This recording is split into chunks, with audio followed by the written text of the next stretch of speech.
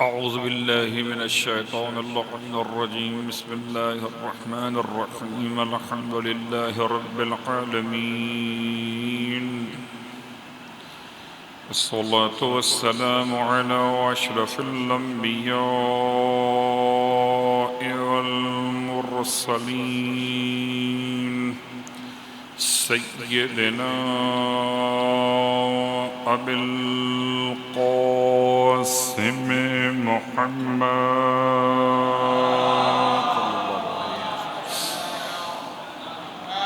وعلى أهل بيته الطيبين الطاهرين واللعنة الدائمة على أعدائهم أجمعين. أما بعد، فقد قال الله تبارك وتعالى في كلامه الحميد وفرقانه المجيد قوله الحق وهو أصدق القائلين. بسم الله الرحمن الرحيم. اهدنا الصراط المستقيم. صلوات پڑھیں محمد وعلیہ وسلم.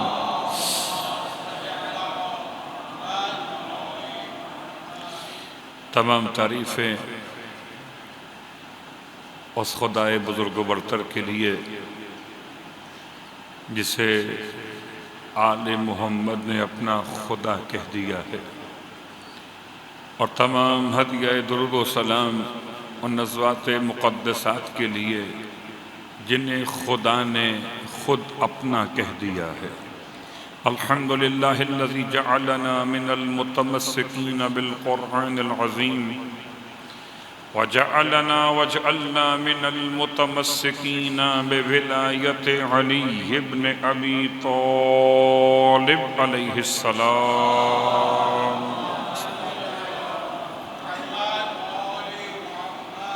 عظم اللہ اجورنا و اجورکم بمصابنا ببنت الحسین علیہ السلام، وجعلنا وإياكم إن شاء الله من الطالبين بصأرها مع وليها الإمام المهدي من آل محمد عليهم السلام.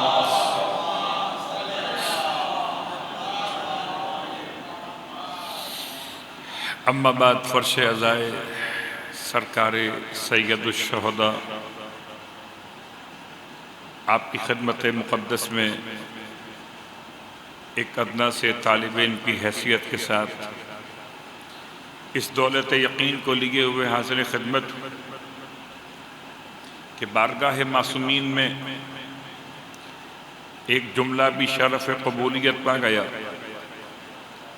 جملہ تو بڑی بات ہے، اگر ایک حرف بھی شرف قبولیت پا گیا. حرف تو بڑی بات ہے، اگر ایک نقطہ بھی شرف قبولیت پا گیا تو نقطہ بائے بسم اللہ کی قسم نجات کا سامان فراہم ہو جائے گا. آپ بھی اسی تلاش میں ہیں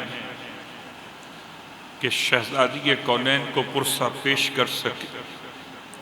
کبھی اس فرش عزا پر، کبھی اس فرش عزا پر، کبھی اس تاریخ میں، کبھی اس تاریخ میں، کبھی اس وقت میں اور کبھی اس وقت میں تلاش کر رہے ہیں کہ کہیں پرسے کی قبولیت کے لیے خدا کوئی بہانہ ہم کو عطا فرمائے اور شہزادی کونین کی دعائیں ہمارے شامل حال ہو سکیں.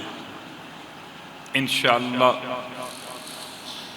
بارگاہ شہزادی کونین سے امید رکھتے ہیں کہ شہزادی اپنے بچوں کا صدقہ عطا فرماتے ہوئے ہمارے اس ناقص اور نامکمل سے عمل کو اپنی بارگاہ میں قبولیت کا شرف بخشیں گے. اور جو مجلس عزائے مجتمع یہاں منعقد ہوتی رہی ہیں ہر سال، اس سال بھی جنت البقیع میں جب روضہ امام مجتبیٰ علیہ السلام تعمیر ہوگا تو خدا مجھے بھی اور آپ کو بھی امام علیہ السلام کے روزے کے زائروں میں اور امام علیہ السلام کے روزے پر ماتم گزاروں میں شامل فرمائے گا۔ سرنامہ کلام میں انتہائی معروف آیت، مسلسل چوتھا روز آج، آیت کا نشان سب کو معلوم ہے، آیت نمبر 6۔ سورہ کا نام بھی آپ کو یاد ہے، سورہ الحمد۔ آیت بھی زبانی یاد ہے، آیت کا ترجمہ بھی یاد ہے، لیکن نماز پڑھتے وقت بھول جاتے ہیں۔ حالت نماز میں بہت کم ایسا ہوتا ہے کہ انسان کو آیات الفاظ کا ترجمہ سامنے آ رہا ہو، اور یہ بہترین طریقہ ہو سکتا ہے۔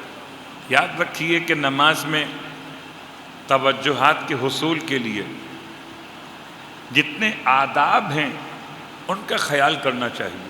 یہ آداب بیکار نہیں ہوتے، یہ پروٹوکولز فائدے مند ہیں نماز کے لیے۔ کیا مطلب؟ کہ اگر انسان کو بھوک لگی ہو تو یہ سوچ کے نماز پہلے پڑھے کہ نماز پڑھ کے کھانا کھائے گا، تو نماز میں کھانا ہی ذہن میں آئے گا۔ اگر انسان کو پیاس لگی ہو، یہ سوچ کے نماز پڑھے کہ نماز پڑھ کے پانی پیے گا، تو نماز میں پانی کا خیال ذہن میں آئے گا۔ اس طرح کی مثالیں یاد رکھیے گا۔ اور اگر انسان کو قضائے حاجت کی کیفیت ہو تو پہلے تجدید وضو کر لے، پھر نماز شروع کرے۔ یہ سوچ کر کہ لاؤ اسی وضو سے نماز پڑھ لوں، پھر وضو رہے نہ رہے نماز تو ہو جائے گی۔ تو ایسی نماز انسان کی توجہات کو کہاں مبذول کر پائے گی؟ ذہن کہیں اور ہو، بدن کہیں اور ہو۔ نماز میں کھڑے ہو کر اس حد تک شریعت نے سمجھایا کہ بیلنس بھی برابر رکھو دونوں قدموں پر، دونوں ہاتھوں کی ہتھیلیوں کے مقام بتائے، ان کے سمتوں کو عنوان بتایا کہ کس طرف انگلیوں کی سمتیں ہونی چاہیے، نگاہوں کا مقام بتایا، اس کے بعد پھر سمجھایا۔ اب ترجمہ ذہن میں لائیے، خدا سے بات کر رہے ہیں، اہدنا الصراط المستقیم۔ یہ کب کہا آپ نے؟ جب اس سے پہلے آپ کہہ چکے تھے الحمدللہ رب العالمین الرحمن الرحیم، خدا کی تعریفیں بیان کر رہے تھے، مالک یوم الدین۔ پھر خدا کی بارگاہ میں اپنی عاجزی کا اظہار کر رہے تھے، ایاک نعبد و ایاک نستعین، ہم تیری ہی عبادت کرتے ہیں اور اس عبادت میں تجھ سے ہی مدد چاہتے ہیں، اس عبادت میں تجھ سے ہی مدد چاہتے ہیں۔ پھر اس کے بعد اس عبادت کا خاص پیغام تھا، اہدنا الصراط المستقیم، پروردگار ہمیں سیدھے راستے پر مسلسل چلا۔ اس کا ترجمہ میں نے کہاں سے کیا؟ مولا کائنات علی ابن ابی طالب علیہ السلام ارشاد فرماتے ہیں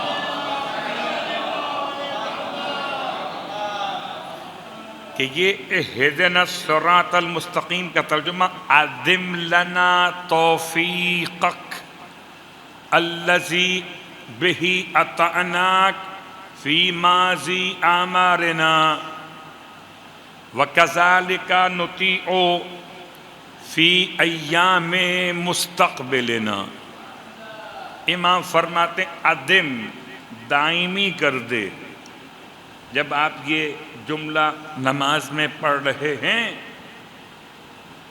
تو آپ کے اذہان عالیہ میں مولائے متقیان کا جملہ محفوظ ہونا چاہیے کہ آپ خدا سے کیا بات کر رہے ہیں؟ ادم لنا توفیقک، اے خدا دائمی کر دے ہمیشہ ہمیشہ کے لیے کر دے اس اپنی توفیق کو کہ جس کے ذریعے سے ہم تیری اطاعت کرتے رہے اپنے گزرے ہوئے دنوں میں، اور اسی طریقے سے تیری اطاعت کرتے رہیں باقی آنے والے دنوں میں۔ یہ ہے ترجمہ ثبات قدم اہدنا الصراط المستقیم کا بنگاہ مولائے کائنات علی ابن ابی طالب علیہ السلام۔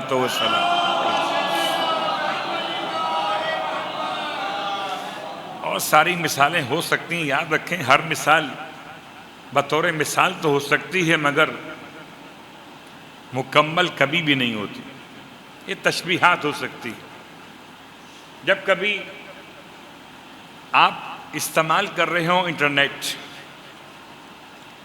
اب انٹرنیٹ یا وائی فائی کے ذریعے استعمال کر رہے ہوں یا استعمال کر رہے ہوں ڈیٹا پیکج وغیرہ سم کے اعتبار سے، جیسے ہی مین سیٹلائٹ سے مین انٹرنیٹ کنیکشن سے آپ کا کنیکشن لوز ہوگا، آپ کا میسج نہ آگے جائے گا نہ کوئی میسج آپ تک آئے گا۔ آپ لاکھ کہیں کہ میں نے تو گھر میں ڈیوائس لگائی ہے، میں نے تو بڑا پیکج ڈیوائس کا کرایا ہوا ہے، آپ لاکھ کہیں میں نے تو سم کا ڈیٹا پورے پیسے دے کے خرید لیا، یہ 5 GB ہے،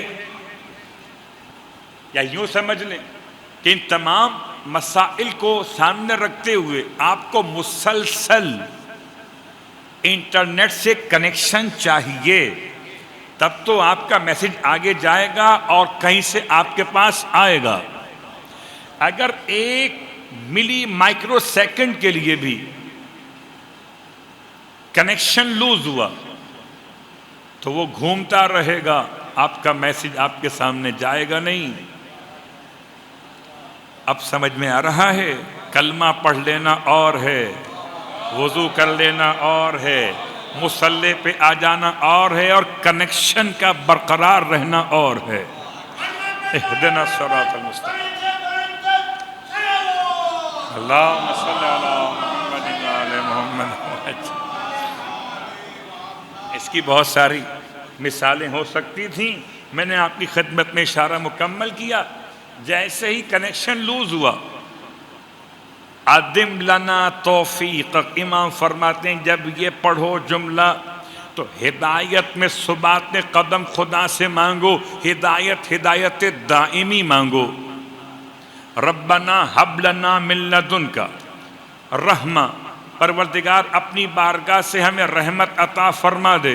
ربنا لا تزغ قلوبنا بعد اذ ہدیتنا، اے خدا ہدایت دینے کے بعد ہمارے دلوں کو زنگ آلودہ مت کرنا۔ اور جب کبھی دل پہ زنگ لگ جائے تو زنگ کو ہٹانے کے لیے استعمال کرتے ہیں ریگمال، اس سے زنگ صاف ہو جاتا ہے۔ تو دلوں کا ریگمال کیا ہے؟ دلوں کے ریگمال کا نام ہے ذکر آل محمد۔ اللہم صلی علی محمد۔ آسان کر لیتا ہوں میں۔ اللہم صلی علی محمد۔ ہر سفر پہ جانے سے پہلے ہمارے اساتذہ فرماتے تھے جب کبھی گھر سے باہر نکلو، گھر میں اندر آنے کے آداب الگ ہیں، گھر سے باہر جانے کے آداب الگ ہیں۔ گھر سے باہر نکلو تو ایک جملہ السلام علیک یا ابا عبداللہ ضرور پڑھ لیا کرو، پوری زیارت وارثہ کا وقت تمہیں کہاں ملے گا؟ ایسا نہ ہو کہ پوری زیارت وارثہ پڑھنے کے چکر میں ایک سلام بھی چھوڑ دو۔ تو یہ ایک سلام تو کم از کم کر سکتے ہو۔ میں نے پوچھا اپنے استاد سے اس کا فائدہ کیا ہوگا؟ کیا موت نہیں آئے گی؟ مسکرائے، موت تو آئے گی مگر شہادت کی آئے گی۔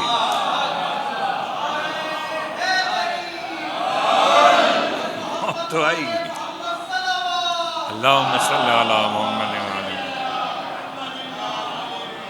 تو گھر سے نکلتے ہوئے، سفر پہ جاتے ہوئے ایک لفظ سلام السلام علیک یا ابا عبداللہ، تو اس کا فائدہ اسی طریقے سے جب کبھی دل کے زنگ کو دور کرنا ہو تو ہم نے نماز کے لیے وضو تو کر لیا، جسم کا زنگ تو دور ہوا، ابھی دل کا زنگ دور نہ ہوا۔ وضو کیا تو جسم کا زنگ تو دور ہو گیا، نہ یہاں غصہ رہا، نہ یہاں انتقام کا جذبہ رہا، نہ قدموں میں کسی کو ٹھوکر مارنے کا حوصلہ رہا، نہ مزاج میں تکبر رہا، مسے مکمل ہو گئے۔ تو جسم کا زنگ تو دور ہوا، دل کا زنگ باقی ہے۔ میں نے اذان و اقامت کے بعد کہا السلام علیک یا ابا عبداللہ، دل کا زنگ دور ہوا، دل دین سے قریب ہوا۔ اب پڑھیے الحمدللہ رب العالمین، اب کہیے اہدنا الصراط المستقیم۔ تو اسی اعتبار سے انسان اگر امام حسن مجتبی علیہ السلام کی سیرت پہ غور کرے تو امام نے ہدایت کے مسئلے کو کتنا شائستہ اور آسان بنایا، قدم قدم پر رہنمائی ہے۔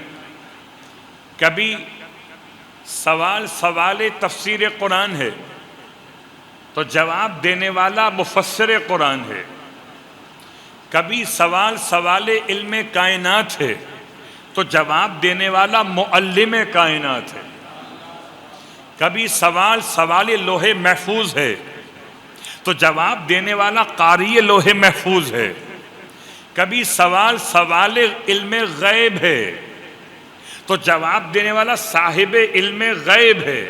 اللہ اکبر۔ کبھی سوال کرنے والا دستے سوال مال کے لیے پھیلا رہا ہے تو عطا کرنے والا اپنے خزانوں کے منہ کھول رہا ہے۔ تو ایسا سوال کوئی ایسا سوال نہ ملے گا کہ جو امام کی بارگاہ سے کیا گیا ہو اور جواب نہ ملا ہو۔ کبھی الفاظ سے وَكَانَ بَيْنَ ذَلِكَ قِوَامًا، کہ یہ تو بتائیں مولا کہ پروردگار عالم نے یہ درمیانی راستہ کیا سمجھایا؟ فرمایا اس کی پہچان بڑی آسان ہے، عَلَى الْمُقْتِرْ قَدْرُهُ وَعَلَى الْمُوسِعِ قَدْرُهُ۔ امام فرماتے ہیں اس آیت کو سمجھنے کے لیے اس آیت کا سہارا لیجئے کہ اگر مشکلات ہوں تو اس کے لحاظ سے اور آسانیاں ہوں تو اس کے لحاظ سے، دونوں کا موضوع الگ الگ ہے۔ یہ ہے میانہ روی۔ ایسا نہیں ہو سکتا کہ اچھے حالات اور برے حالات میں دونوں برابر ہو جائیں اور آسان کر لیتے۔ اس کو سمجھایا پریکٹیکل کر کے امام جعفر صادق علیہ السلام۔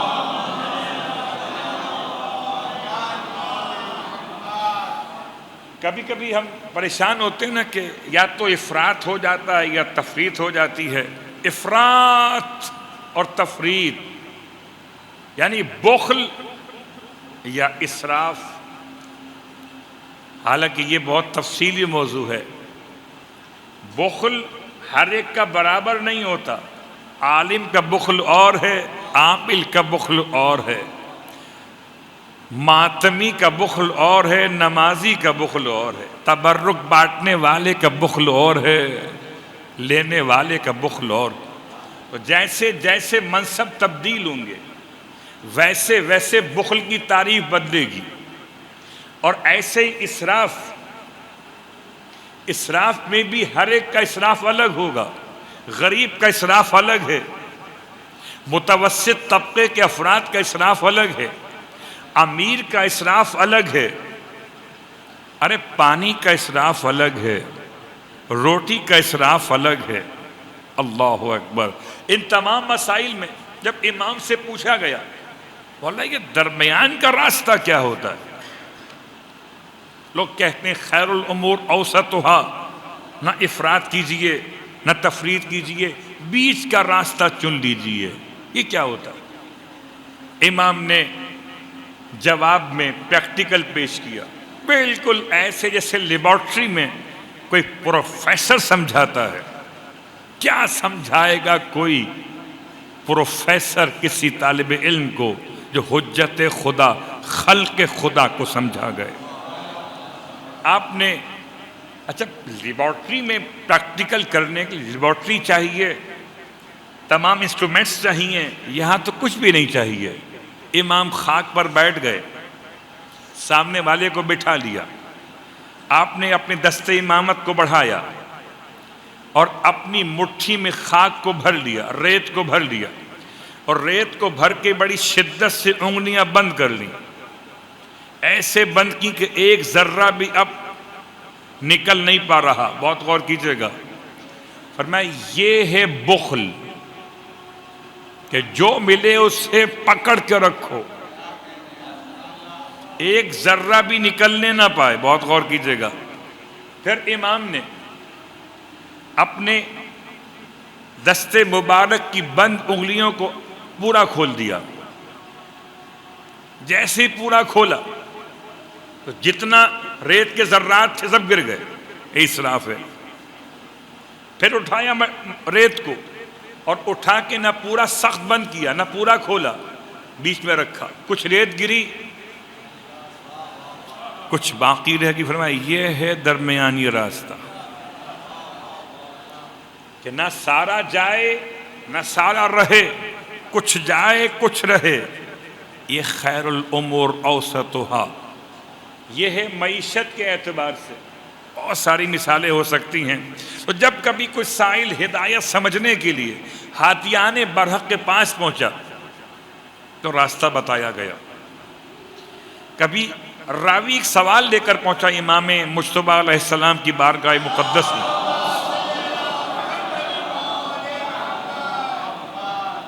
اب سوال کیا ہے؟ سوال اس آیت سے متعلق، عجیب آیت ہے، جب پروردگار کا فرمان القیا فی جہنم کل جبار عنید۔ القیا کا مطلب ہے صیغہ امر، اور القیا صیغہ تثنیہ ہے،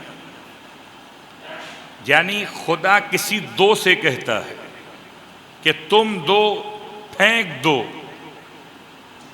تم دو ڈال دو، گرا دو۔ القیا تم دو افراد یہ کام کرو،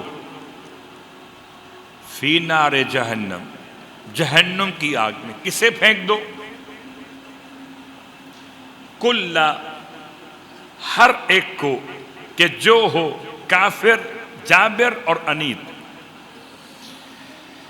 راوی کا سوال یہ ہے مولا سے کہ مولا یہاں پر عنید کیا ہے اور کافر اور جابر کون ہے؟ امام فرماتے ہیں جو نبوت کا منکر ہے اسے قرآن نے کافر کہا ہے، جو ولایت کا منکر ہے اسے قرآن نے عنید کہا ہے۔ اللہ، عین نون یہ دال، عنید، اس لفظ کو آپ جانتے ہیں مگر اس صیغے میں نہیں جانتے۔ اس لفظ کو جانتے تو ہیں اردو میں مگر اس صیغے کو نہیں جانتے۔ پھر کون سے صیغے میں جانتے؟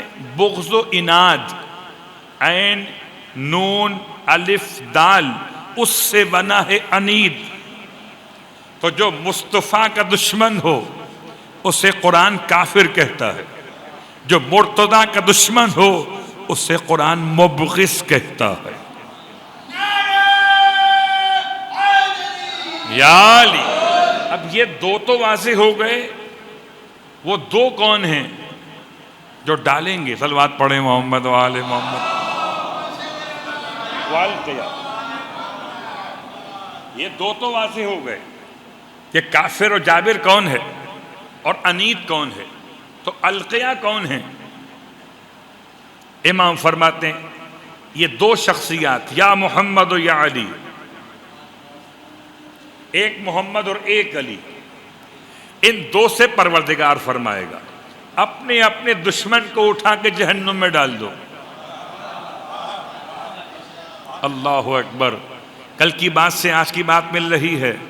قرآن عقل کے ساتھ پڑھیں گے تو دو یہ سمجھ میں بھی آئیں گے، دو وہ سمجھ میں بھی آئیں گے. اور عقل کے بغیر پڑھیں گے تو نہ دو یہ سمجھ میں آئیں گے نہ دو وہ سمجھ میں آئیں گے. کوئی دو سمجھ میں آتے ہی نہیں، چاہے مرد ہوں یا عورتیں ہوں. سورہ تحریم میں اگر دو عورتوں کی بات کی جائے تب بھی دو عورتیں سمجھ میں نہیں آتی. کیوں کہ اس کو نہ سنو گے جو محمد کی زبانی، رہ جائے گا قرآن فقط ایک کہانی. وہ چاہتے یہی ہیں کہ قرآن مثل کہانی کے پڑھا جائے. بس یہ مت بتاؤ کس کے بارے میں نازل ہوا، یہ مت بتاؤ شان نزول کیا ہے. بس پڑھائے جاؤ پڑھائے جاؤ، یہاں تک کہ یہ فلسفہ اتنا پرانا ہے کہ جو شیطنت رکھتا تھا، نکرہ رکھتا تھا، حاکم شام، اس نے بلایا ابن عباس کو.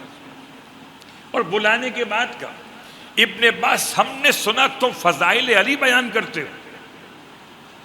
ابن عباس نے جواب میں دیا، جواب میں کہتے ہیں کہ نہیں بالکل غلط ہے، میں فضائل علی بیان نہیں کرتا، میں تو قرآن کی تفسیر بیان کرتا ہوں. میں فضائل علی بیان نہیں کرتا، تفسیر قرآن بیان کرتا ہوں. حاکم شام شیطنت کے ساتھ بول رہا ہے، ابن عباس عقل کے ساتھ جواب دے رہے ہیں. کل کی بات سے آج کی بات کا ربط قائم ہو رہا ہے. عقل اور ہے اور چالاکی اور ہے. عقل سے جنت ملتی ہے، چالاکی سے دنیا بنتی ہے. اب مرضی ہے دنیا بنا لیجئے یا جنت کو پا لیجئے. عقل اور ہے، چالاکی اور ہے. بہت غور کیجئے. اب اس کے بعد حاکم شام نے ذرا غصے میں کہا، ہاں ہاں ٹھیک ہے، تم جب تفسیر قرآن بیان کرتے ہو تو خالی تفسیر قرآن بیان کیا کرو، تو فضائل علی اس میں کیوں بیان کرتے ہو؟ ابن عباس نے جواب دیا ہے، وہ اتنا شافی اور وافی اور کافی ہے. ہاتھ کھڑے کر دیے، فرمایا کیا تو مجھے اب تفسیر قرآن سے روکتا ہے؟ کہ نہیں نہیں نہیں، تفسیر قرآن سے نہیں روکتا، تفسیر پڑھو اگر ذکر علی نہ آئے. کہنے لگے ایسی تفسیر کہاں سے لاؤں کہ تفسیر قرآن ہو ذکر علی نہ آئے. صلوات پڑھے محمد و آل محمد.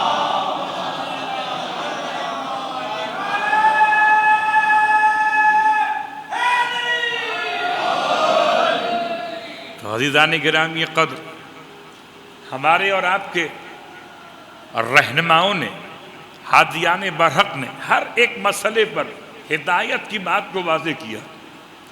اب یہ ہدایت دو اعتبار سے، ایک ہدایت اراعۃ الطریق، ایک ہدایت ایصال الی المطلوب، راستہ دکھا دینا. اب میں اس کو آسان کرتا ہوں کہ اگر آپ مجھ سے پوچھیں کہ بوتراب امام بارگاہ کہاں پر ہے تو میں آپ کو بتاؤں کہ جناب یہاں سے جائیے ناظم آباد چورنگی، وہاں سے جائیے پیٹرول پمپ چورنگی، وہاں سے جائیں لیاقت آباد 10 نمبر، وہاں سے جائیں عائشہ منزل، وہاں سے جائیں گے آپ پھر مکہ چوک آئے گا پرانا والا، اس سے آگے 8 نمبر کی چورنگی آتی ہے، پھر بوتراب پہنچ جائیں گے. یہ راستہ دکھا دیا. اب آپ کی سمجھداری پر ہے، آپ پہنچیں نہ پہنچیں میں اس کا ذمہ دار نہیں.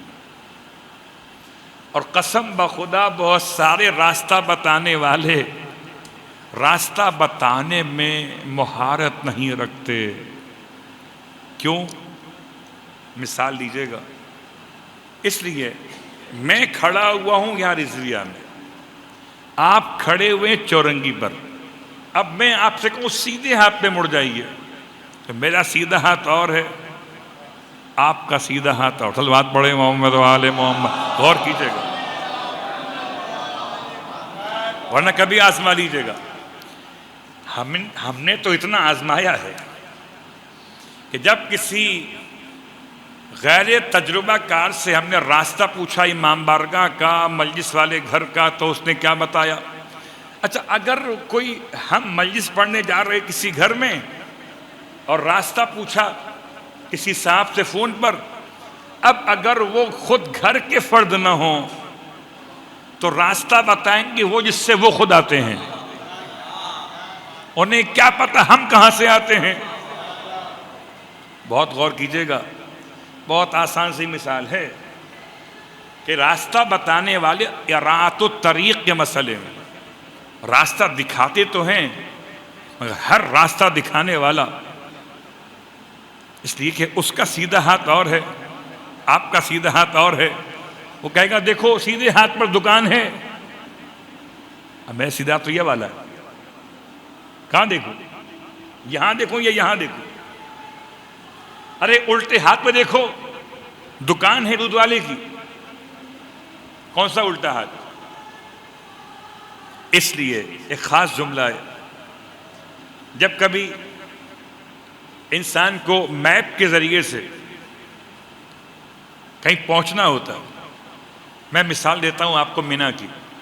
مینا میں سب سے مشکل کام ہے راستہ بتانا، سب سے مشکل کام ہے۔ آپ کو آپ کے کیمپ کا راستہ بتانا مشکل، لیکن قسم بخدا شیطان کا راستہ بتانا آسان ہے۔ مینا میں، پورے مینا میں جس سے پوچھو شیطان کہاں ہے سب بتا دیں گے، پوچھو ہمارا کیمپ کہاں ہے کوئی نہیں بتائے گا۔ تو گورنمنٹ آف سعودی عرب نے جو لگائے ہیں میپس مینا کے اندر، اس میں ایک خاص کام یہ کیا کہ بالکل سرکل بنایا اور وہاں لکھا انتا ہنا، آپ یہاں کھڑے ہوئے، اب آپ یہاں سے جہاں جانا چاہتے ہیں، نقشہ بتا رہا ہے کہاں جانا چاہتے ہیں، اب روڈ کا نام لکھا ہوا ہے، پہلے یہ تو پتا ہو کہ آنے والا کھڑا کہاں پر ہے۔ بہت غور کیجئے گا، یہ مسئلہ بتانے کے، راستہ بتانے کے لحاظ سے سب سے پہلے یہ معلوم ہونا چاہیے کہ جو پوچھ رہا ہے ایڈریس خود کہاں کھڑا ہے۔ میں کہاں کھڑا ہوں اس پر بحث نہیں ہے، جو مجھ تک آنا چاہتا ہے وہ کہاں کھڑا ہے، تو پہلے اس کو اپنی معرفت کراؤ، جب خودی کو پہچانے گا تب خدا تک لاؤ گے۔ تم نے یہ تو بتایا ہی نہیں کھڑا کہاں پر ہے۔ اللہ اکبر۔ ہدایت کا ایک مفہوم ہے اراۃ الطریق، اور ہر ایک کی بس کی بات نہیں راستہ بتانا۔ اور اگر کسی نے بتا دیا، سارے انبیاء کیوں آئے تھے؟ سارے انبیاء، ساری کتابیں، سارے اوصیاء، سارے ائمہ اسی کام کے لیے آئے تھے، راستہ بتانے کے لیے۔ کون سا راستہ بتانے آئے تھے؟ اراۃ الطریق، راستہ سمجھا دیا۔ انا ہدیناہ السبیل اما شاکرا و اما کفورا، راستہ ہم نے بتا دیا، یا شاکر بنو یا کافر بنو۔ اس کا مطلب کیا ہوا کہ اب راستہ بتانے کے بعد آپ کا مسئلہ ہے۔ ہم بھی تو بڑے ہوشیار ہیں، آپ نے راستہ بتایا، ہم چلنا شروع ہوئے، راستے میں مل گیا آئس کریم والا، رک گئے، اور آگے بڑھے، مل گیا دوست، ادھر مڑ گئے۔ تو اب بتانے والا کیا کرے؟ اگر راستے پر کوئی آپ کو بہکانے بیٹھا ہوا ہو، بہت غور کیجئے گا، ایک راستہ بتانا اس کی ذمہ داری بتانے والی، ایک راستے پر بیٹھا ہوا شخص ہے جو آپ کو مس گائیڈ کر رہا ہے۔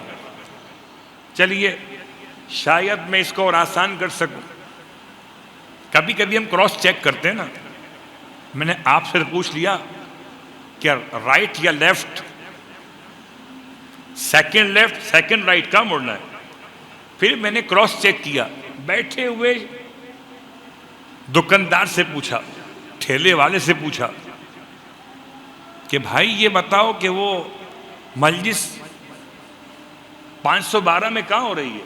اب اسے نہ 5 کا پتہ نہ 12 کا پتہ، اسے بس اتنا پتا ہے کہ کون یار ہے کون بیکار ہے۔ بات واضح ہو رہی ہے؟ اسے کیا پتا 5 کیا ہے، 12 کیا ہے اور 14 کیا ہے، تو آپ کو پتا ہے۔ تو بہت غور کیجئے گا، اگر وہ آپ کا والا ہوا تو مجلس سن کے مطمئن، ہاں آؤ میں آپ کو بتاتا ہوں مجلس کہاں ہو رہی ہے۔ اور اگر آپ کا والا نہ ہوا تو ایسا الٹا بتائے گا کہ ڈھونڈتے رہ جاؤ گے مگر وہاں نہ پہنچ پاؤ گے۔ بہت غور کیجئے گا، کل کی بات سے آج کی بات کو جوڑتے ہوئے وہاں تک لے آیا میں آپ کو۔ راستے پر بیٹھا ہوا کون ہے؟ جس نے خدا کو چیلنج کیا تھا، میں تیرے سیدھے راستے پہ بیٹھوں گا۔ شیطان اپنے راستے بیٹھا ہوا نہیں ہے، شیطان خدا کے راستے پر بیٹھا ہوا ہے۔ تو اب اے راستہ چلنے والے، تو نے اگر راستہ معلوم کر لیا ہے تو ذرا خیال کرنا، اب راہ میں کسی اور سے راستہ نہ پوچھنا کہ صراط الذین انعمت علیہم، ان کے راستے پر چلتے رہنا جو گائیڈ کرنے آئے تھے۔ خبردار، غیر المغضوب علیہم ولا الضالین، نہ کوئی غالی، نہ کوئی مقصر، نہ کوئی گمراہ، نہ کوئی غضب خدا کا شکار۔ ان سے راستہ پوچھ لیا تو یہ وہاں لے جائیں گے جہاں خود جائیں گے۔ صلوات پڑھے محمد والے۔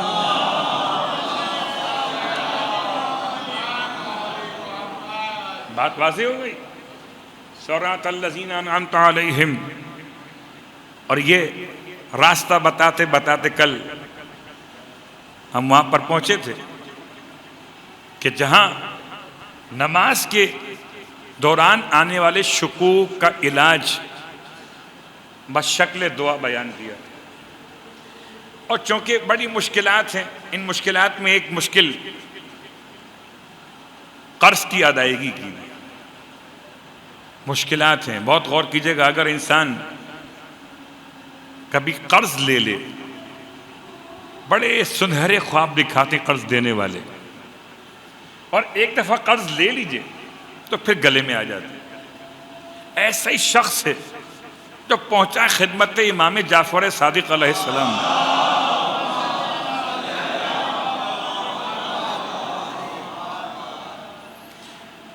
امام کی خدمت میں پہنچا ہے اپنا مسئلہ لے کر۔ ایک مسئلہ ادائے قرض کا، دوسرا مسئلہ ہے حکومت کے ظلم و جور سے بچنے کا، دفع ظلم حاکم، حاکم کے ظلم کو دور کرنے کا۔ ایک ادائے قرض، ایک دفع ظلم حاکم، اس کے 2 مسئلے۔ اور یہ جملہ میں کیا کہوں، امام نے جو علاج بتایا اس کا ترجمہ یہ بنا، بائی 2 get 1 free۔ تم یہ 2 کاموں کے لیے نماز پڑھو، ایک کام اپنے آپ ہو جائے گا۔ اب یہ 3 کام ہو گئے، 2 تو اس نے پوچھے ہیں، ایک بغیر پوچھے مل گیا ہے۔ امام نے فرمایا جب رات ہو جائے، جب رات کی تاریکی چھا جائے، پھر تمہیں چاہیے مصلی پر آؤ، 2 رکعت نماز پڑھو، اور نماز کی نیت ادائے قرض، دفع ظلم حاکم، قربتاً الی اللہ، یا نماز کی نیت نماز امام جعفر صادق علیہ السلام۔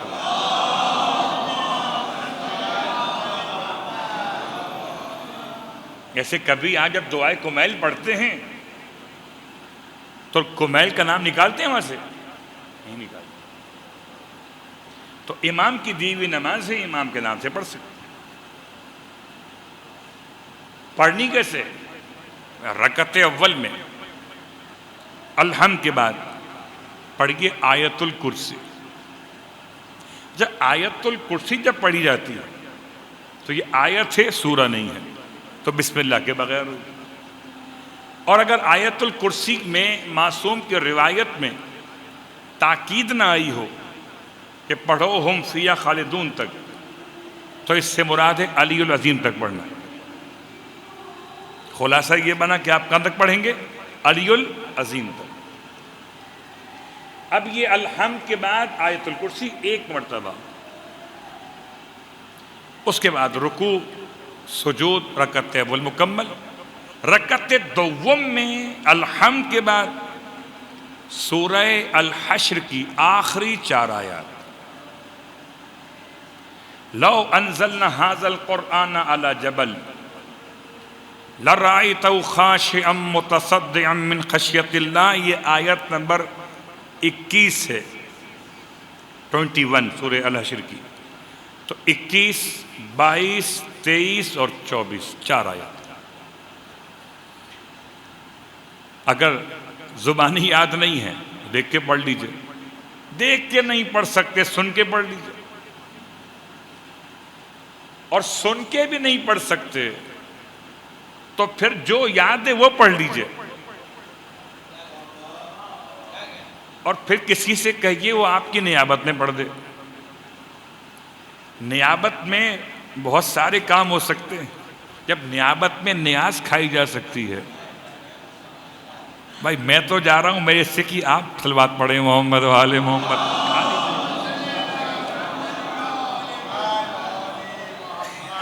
ہوتا ہے کہ نہیں ہوتا؟ ہوتا ہے۔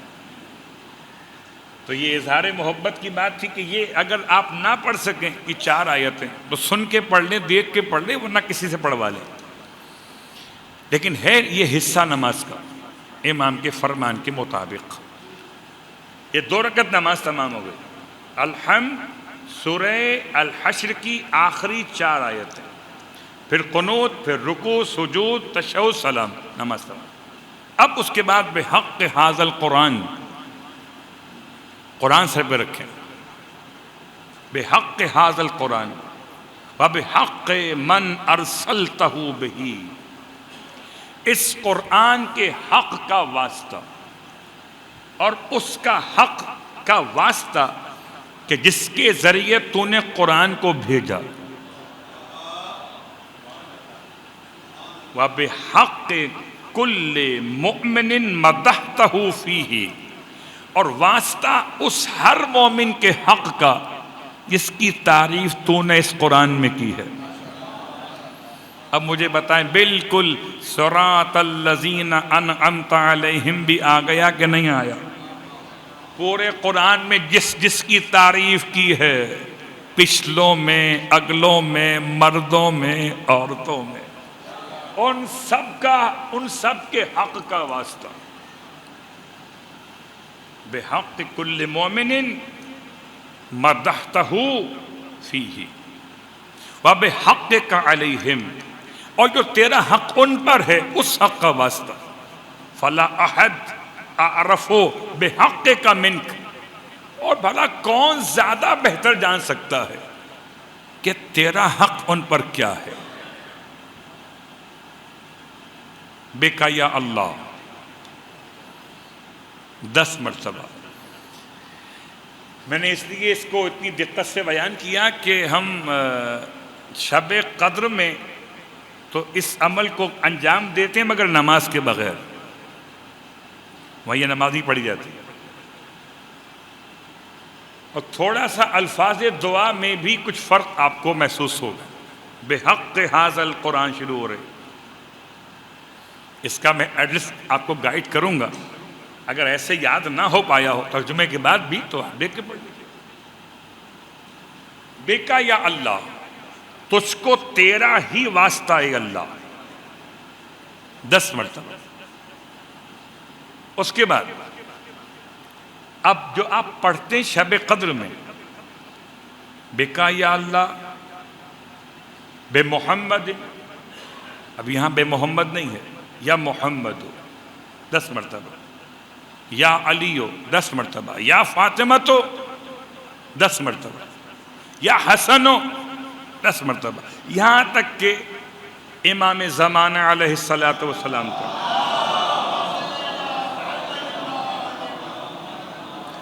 اب فارسی کتابوں کے لحاظ سے اس پہ لکھا ہے بالحجت، اردو کتاب میں لکھا ہے یا ایھا الحجہ، کوئی حرج نہیں، یہ پڑھ لیجئے وہ پڑھ لیجئے، بات تو برابر ہے، امام زمان تو آخر ایک ہی ہیں، اب بے سے پڑھیں یا سے پڑھیں۔ خدا کا بڑا احسان ہے، ہم نہ ووٹوں والے امام کو مانتے ہیں نہ نوٹوں والے کو مانتے ہیں۔ جو ووٹوں سے آئے ووٹوں کا محتاج ہے، نوٹوں سے آئے، اور جو لوٹوں سے آئے۔ اب میں آگے چوتھا جملہ نہ پڑھوں، صلوات پڑھے محمد، ایک اور طریقہ بھی آنے کا، اس لیے کہ ڈر لگتا ہے FIR سے نا۔ خیر، بات سے بات آگے نکل رہی ہے، تو ہمیں خدا نے ایسے امام عطا کیے کہ اب بالحجہ کہیں تب بھی وہی مراد ہے۔ کیا کمال ہے! اور اگر ہو سکے بالحجت ابن الحسن،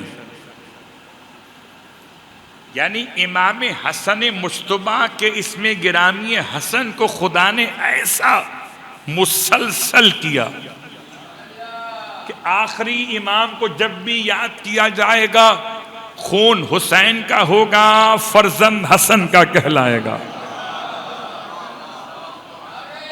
حجت ابن الحسن یا تو جب 14 نام مکمل ہوں گے نہ 15 نام اللہ کا نام ملاتے ہو، تو 14 تو معصومین ہیں، ایک ذات پروردگار خالق معصومین ہے، وہاں سے شروع کیا اور 14ویں معصوم تک 15ویں نام تک آ گئے، اور جیسے ہی 12ویں امام کا نام لیا۔ اچھا ایک جملہ بھی یہاں بیان کر دوں، اور میں جان بوجھ کے اپنے خطبہ جمعہ میں بیان نہیں کرتا، مجھ سے لوگوں نے بہت پوچھا، میں انوائٹ کرتا ہوں۔ کیا پوچھا یہ کہ جو مسجد میں بیٹھے ہوئے لوگ جب خطبہ دوم میں ائمہ معصومین 14 معصومین کے نام لیے جاتے ہیں تو کوئی کھڑا ہوتا ہے 3 کے بعد، کوئی 4 کے بعد، کوئی 7 کے بعد، کوئی 9 کے بعد۔ یہ حسب معرفت ہے، یہ حسب معرفت ہے، یہ حسب وسعت صحت و عافیت ہے کہ میں کتنا کھڑا ہو سکتا ہوں۔ لوگ کہتے ہیں مولانا ایک یونیفارم تو ہو جائے، آپ سب کو ایک طرح کر دیجئے کہ یا پہلے پہ کھڑے ہو جائیں، ایک کھڑے 14ویں پر ہوں، یہ کچھ پہلے پہ کھڑے ہو جاتے ہیں، کچھ کھڑے 14ویں پر ہوتے ہیں۔ اب میں کیا کروں، کیسے اکٹھا کروں؟ میں تو یہ سوچتا ہوں کہ اگر ہم کھڑے ہوں امام زمان کے نام پر تو امام زمان کھڑے ہوں گے اپنے آبا و اجداد کے نام پر، تو کیوں نہ امام کے آبا و اجداد کے نام کے احترام میں بھی قیام کر لیا جائے۔ لیکن چونکہ واجبات میں نہیں ہے اس لیے اس کو ڈسکس نہیں کرتے۔ بات واضح ہو گئی؟ تو یہ نام مکمل ہو گئے۔ اب یہ نام جب آپ لیں گے 14ویں معصوم کا نام، 12ویں امام کا نام، 15واں نام یہاں پر، تو آپ کھڑے ہو جائیں گے۔ اور اس کے بعد قرآن سر پر ہے، زبان پر بھی قرآن ہے، یہ بند قرآن ہے، یہ کھلا قرآن ہے۔ قرآن رکھیں کیسے؟ کھول کر اس کی کتابت کو سر پہ مس کریں، اگر آپ اس قابل ہیں کہ مس کر سکتے ہیں آیات کو اپنے ہاتھوں سے، اپنے بدن سے۔ تو سر پہ قرآن ہے، زبان پہ قرآن ہے، فرق یہ ہے کہ وہاں لکھا ہوا قرآن ہے یا بولتا ہوا قرآن ہے۔ اس نے یہ عمل کیا اور معصومین کے نام لے کے پھر خدا سے اپنا مشکل کا ختم کرنے کا سوال کیا۔ راوی کہتا ہے کہ یہ عمل کر کے وہ امام کی خدمت میں آیا مسکراتا ہوا، میں کہوں آج کے دور میں مٹھائی پھول پھل لاتا ہوا کہ مولا آپ نے کیا بہترین تحفہ دیا مجھے۔ کیا ہوا کہ قرضہ بھی ادا ہوا، حاکم کا ظلم بھی دور ہوا، اور گھر میں مال بھی بھر گیا۔ بائی 2 get 1 فری، یاد ہے؟ صلوات پڑھے محمد و آل محمد۔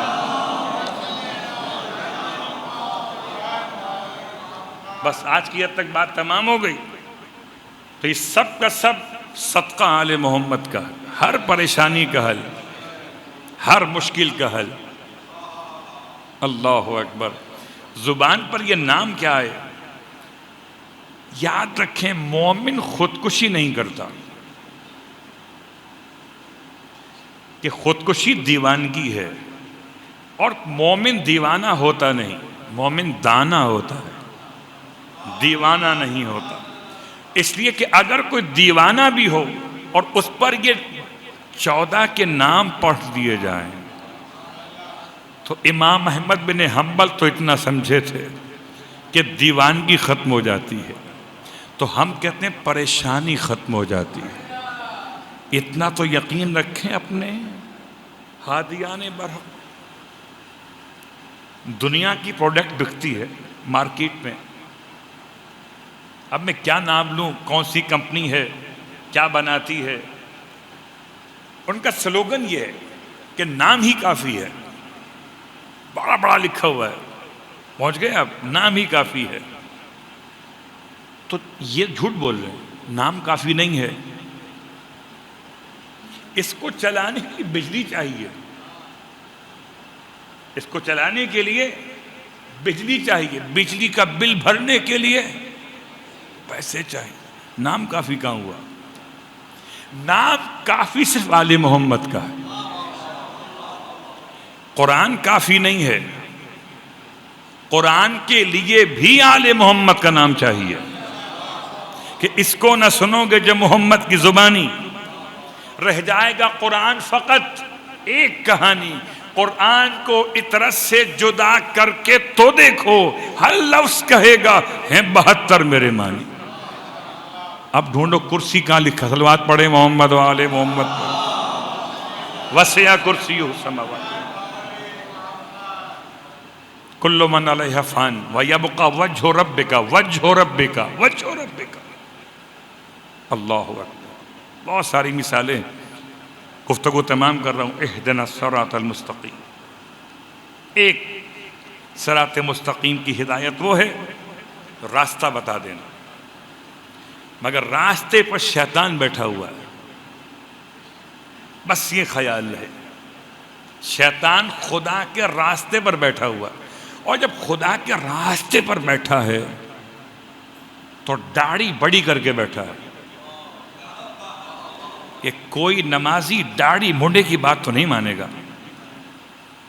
پہنچ رہے ہیں نا؟ جب راستہ خدا کا ہو اور خدا کے راستے پر شیطان بیٹھا ہوا ہو، کیسے بیٹھے گا وہ؟ بالکل ٹوپی لگائے ہوئے، داڑھی بڑھائے ہوئے، پانچا اٹھائے ہوئے،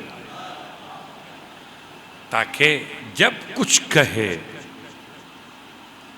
آپ کو اس کی بات پر کوئی شک نہ ہونے پائے.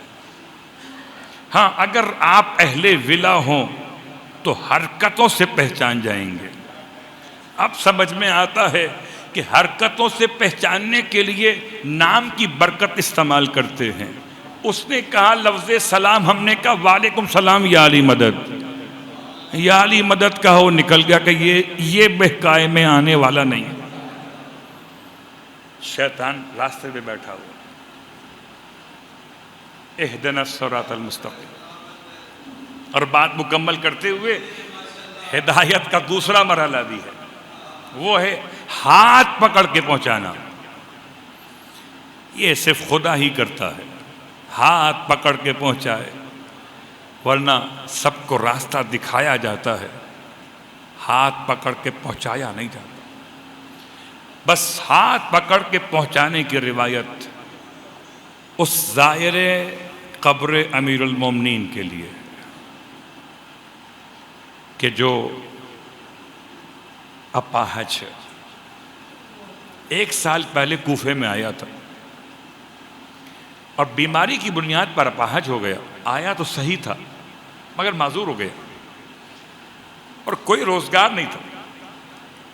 1 سال تک اس کی خبر گیری ایک شخص کرتا رہا اور 1 سال کے بعد اچانک سے اس شخص نے آنا بند کر دیا. اور ایسا بند کیا کہ 3 دن گزر گئے. 3 دن نہ اس کو کسی نے کھانا دیا، نہ اس کو کسی نے پانی پلایا. جب تیسرا دن تھا تو فریاد کر رہا تھا. اس کی فریاد کو سن کر جنت کے جوانوں کے سردار باوجود یتیمی کے، دونوں کا گریبان چاک ہے، آستین پلٹی ہوئی ہے، سر مقدس پر امامہ نہیں ہے کہ باپ کے جنازے کو دفن کر کے آ رہے. ایسے میں گھر جانے کے بجائے، اس کو ایوائڈ کرنے کے بجائے اس کے پاس آ گئے. اس کو کرہتے ہوئے سنا، اس کو فریاد کرتے ہوئے سنا تو اتنا قریب آئے، اتنا قریب آئے، اتنا قریب آئے جیسے کوئی ماں بچے کے قریب آتی ہے. امام حسن مجتبیٰ خاک پر بیٹھ گئے. امام حسن مجتبیٰ نے اس کے سر کو اپنی گود میں رکھ لیا، اور گود میں اس کا سر رکھنے کے بعد اس کے سر پر بالوں پہ اپنے دست شفقت کی انگلیوں کو پھیرنا شروع کیا. جیسے اس نے اتنی شفقت محسوس کی، اتنی الفت و انسیت محسوس کی، پتہ نہیں اسے کیا یاد آیا، اس نے اپنے سر کو امام کی گود سے اتار لیا. جیسے کوئی بچہ ماں سے ناراض ہو جائے. بچے ماں سے ناراض ہوتے معصومیت میں، اصل میں نہیں. اصل میں ہو تو جہنم ہے. معصومیت میں کھانا دیر سے کیوں دیا، بچہ روٹھ گیا. اللہ اکبر. امام نے شفقت فرمائی، کیا بات ہے؟ کہتا جائیے میں آپ سے نہیں بولتا. امام نے فرمایا شاید تمہیں کوئی اشتباہ ہو گیا ہے. جب لفظ اشتباہ سنا تو پھر چونک گیا. کہتا ہے مجھے معاف کیجئے، 1 سال پہلے کوفے آیا تھا، معذور ہو گیا، لیکن اس معذوری میں کبھی محروم نہیں ہوا. کوئی ایک شخصیت میرے پاس آ کے بیٹھتی تھی، جیسے آپ نے میرا سر اپنی گود میں رکھا، ایسے وہ میرے سر کو اپنی گود میں رکھتے تھے. جیسے آپ نے اپنی انگلیاں میرے سر کے بالوں پر پھیری محبت سے، ایسے وہ پھیرتے تھے. مجھے اپنے ہاتھ سے روٹی کھلاتے تھے. جب میں روٹی کھا لیتا تھا میرا منہ صاف کر دیا کرتے تھے. مجھے اپنے ہاتھ سے پانی پلاتے تھے. 3 دن گزر گئے، میرا محسن نہیں آیا.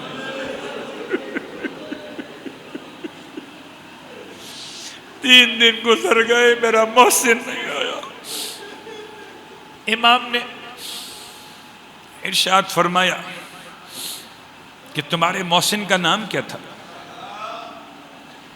یہ شخص معذور کہتا ہے مجھے میرے محسن کا نام نہیں پتا. میں نے بہت پوچھنا چاہا، اپنا نام تو بتائیے. جب بھی نام پوچھا تو فرماتے تھے عبد خدا. عبد خدا کے پاس آ کے بیٹھتا ہے، اس کے علاوہ کبھی نام نہیں بتایا. امام رو کے فرماتے ہیں اچھا کوئی نشانی تو بتاؤ اپنے محسن کی. کہ نشانی یہ تھی ان کی کہ جب بھی میرے پاس آ کے بیٹھتے تھے مجھے تو کھلاتے پلاتے تھے، خود نہیں کھاتے پیتے تھے، خود ذکر خدا کرتے تھے. اور جب ذکر خدا کرتے تھے تو اطراف میں شجر حجر مدر سب ذکر خدا کرتے تھے. ایسا لگتا تھا پوری کائنات کے ذرے ان کے ساتھ مل کے ذکر خدا کر رہے. امام نے جب یہ صفت سنی تو رونے لگے. فرمایا تیرے محسن کو 3 دن پہلے سر پہ تلوار ماری گئی.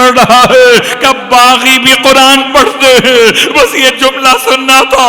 دوسرے سپاہی نے اسے مار کے کہا خبردار آگے مت کہنا ورنہ تجھے مار دیں گے۔ ابھی بحث ہو رہی تھی، اس کے چھوٹے بیٹے نے باپ کا ہاتھ پکڑ کے کھینچا، بابا ان کی بحث میں نہ پڑ، یہ تو دیکھ یہ 6 مہینے کے بچے کا سر بھی نو کے سنا پر۔ رونے والوں، بڑا بڑوں کو دیکھتا ہے، بچہ بچوں کو دیکھ کے مانوس ہوتا ہے۔ عجیب منظر تھا، ارے دودھ مادر کے نشان تھے۔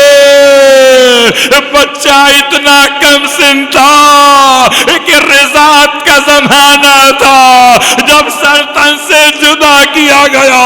اجرکم علی الزہراء۔ رونے والوں، حضرت رباب کا عجیب انداز ہے، عجیب انداز ہے۔ بچے کا چھدا ہوا گلا دیکھا تھا تو کیا فرمایا تھا، بنیا مثلو کا تنہر، بیٹا کیا تجھ جیسے کم سے نہر بھی کیے جاتے ہیں؟ نہر چھوٹوں کو نہیں کیا جاتا، نہر تو بڑے حیوانات کا طریقے ذبح ہے۔ ماں کا کلیجہ پھٹ گیا۔ رونے والوں، اصغر کی ماں، ہائے عزادارو کیا کیفیت ہے۔ جناب رباب کے لیے تاریخ کا جملہ ملا ہے، تاریخ کا جملہ ملا ہے۔ جناب رباب جب چلی تھی مدینے سے تو پورا گھر آباد تھا، آپ کا سہاگ سلامت تھا، مولا آپ کے سر پہ تھے وارث کی طرح، آپ کی گود میں ننھا علی اصغر تھا چمکتے ہوئے چاند کی طرح۔ 4 سال کی بچی تھی، ماں کا دل بہلانے کے لیے باتیں کرتی تھی، لیکن رباب کیسی اجڑی ہیں، واہ مصیبتہ۔ رونے والو قیامت کا جملہ وہ ہے نا کہ جہاں پر حضرت رباب کے لیے سب سے مشکل وقت کیا تھا، کربلا سے زیادہ مشکل وقت وہ تھا جب زندان شام سے رہائی ملی ہے۔ زندان شام سے کاش رباب کو رہائی نہ ملتی تو کم از کم بیٹی کے ساتھ تو ماں رہ جاتی۔ جیسے ہی رہائی کا پروانہ آیا، ارے کو سب عزاداروں نے، سب اہل بیت نے ایک ہی ماتم کیا ہے۔ ہر بی بی قبر سکینہ سے لپٹی ہوئی ہے، لیکن ہر بی بی نے اپنے اپنے انداز سے کیا۔ ماں تو پھر ماں ہے، لپٹ گئی سکینہ، اٹھو قافلہ وطن جا رہا ہے۔ بڑا پوچھا کرتی تھی اماں وطن کب جائیں گے۔ ہائے رونے والوں، کربلا میں بے شیر کو چھوڑ کے تو آئیں جناب رباب ہیں، مگر ایک اطمینان تو ہے، کربلا میں اصغر اکیلے نہیں ہیں، باپ ساتھ میں ہیں، بھیا علی اکبر ساتھ میں ہیں، ان کے چچا عباس ساتھ میں ہیں۔ ہائے سکینہ تو بالکل اکیلی ہے، کوئی ساتھ میں نہیں، بس ماتم گزارو۔ رباب شام کے زندان سے جب کربلا قافلہ 40 کرنے پہنچا ہے تو جناب رباب کا حال کیا تھا؟ جناب رباب کا حال یہ ہے کہ ہائے 3 دن کے بعد سارا قافلہ کربلا سے رخصت ہو رہا تھا، ایسے میں ایک بی بی ہے جو قبر حسین سے اٹھنے پہ تیار نہیں ہے۔ بی بی زینب نے شانہ ہلایا کہ اٹھیے بھابی قافلہ تیار ہے، تو رو کے فرماتی تھی شہزادی آپ مدینے جائیے، میں مدینے جا کر اب کیا کروں گی، میرا مدینے میں کون رہ گیا، ارے آپ جائیے۔ بڑی مشکل سے جناب زینب نے سہارا دیا، قافلے میں واپس مدینے پہنچی ہیں۔ بس آخری جملہ، ہائے سکینہ کی ماں، ہائے اصغر کی ماں۔ رونے والوں ماں کو زیادہ پرسہ دو گے نا، ہائے سکینہ کی ماں۔ رونے والوں مدینے میں سخت ترین گرمی پڑ رہی تھی اور جناب ام رباب دھوپ میں بیٹھی ہیں، جب بھی دھوپ کا وقت ہو نہ ہو مگر ہمیشہ باہر بیٹھتی تھی۔ اتنا دھوپ میں بیٹھی کہ جناب زینب گھبرا گئی، کہیں ایسا نہ ہو میرے بھائی کی نشانی کو نقصان پہنچ جائے۔ امام سجاد کو بلایا، بیٹا سید سجاد اپنی ماں کو سائے میں لے آؤ، اب تو سال گزر گیا۔ امام سجاد قریب آئے، ماں کو سلام سلام فرمایا. سلام کے بعد فرماتے ہیں اما سائے میں چلیے. جناب رباب نے جملہ سنا, سن کے فرمایا بیٹا اتنا بتا دیجئے امام بن کر فرماتے ہیں یا بیٹا بن کر؟ امام نے کلیجہ تھام کے فرمایا اما آج امام بن کے کہتا ہوں سائے میں آئی ہے. آج رخ کیا کربلا کا, ایک امام سے وعدہ کیا تھا رباب جب تک زندہ رہے گی ارے دھوپ میں بیٹھے گی دوسرا امام فرما رہا ہے اما سائے میں آ جائیے. خدایا تو عزت رکھ لینا, خدایا رباب کی عزت تیرے ہاتھوں میں, نہ وہاں مخالفت ہو نہ یہاں مخالفت ہو. خدا نے بڑی عزت رکھی. جناب رباب کھڑی ہوئی, ایک قدم امام سجاد کے ساتھ قدم سے قدم ملاتے ہوئے سائے میں رکھا. ابھی ایک قدم دھوپ میں تھا, اچانک سے زمین پہ گری, آواز دی واہ حسینا واہ محمد واہ مسلم.